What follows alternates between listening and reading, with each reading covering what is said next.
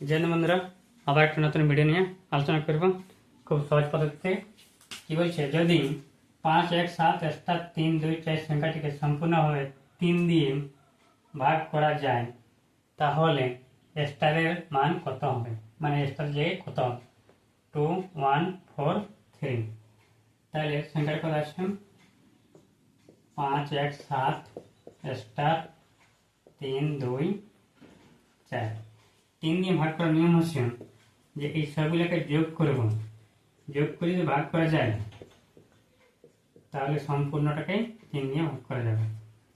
এখানে কত আছে 5 plus 1 plus 7 plus star plus 3 plus 2 plus 4।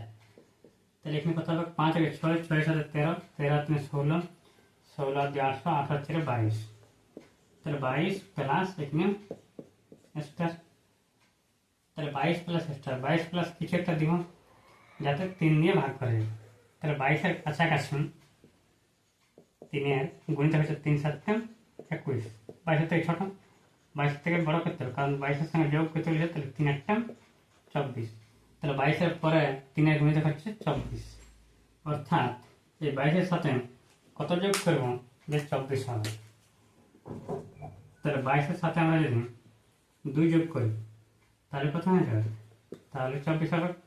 আর 24 সালে আমরা 3 দিয়ে ভাগ করতে হবে, তাহলে স্টার জায়গায় কত বসাতে হবে 2। তাহলে এখানে স্টারের মান হচ্ছে স্টার জায়গায় বসাতে হবে 2, এটা হচ্ছে সঠিক উত্তর। তাহলে অপশন নম্বর এই হচ্ছে সঠিক উত্তর। আশা করি বোঝা গেছে। ধন্যবাদ, জয় হিন্দ।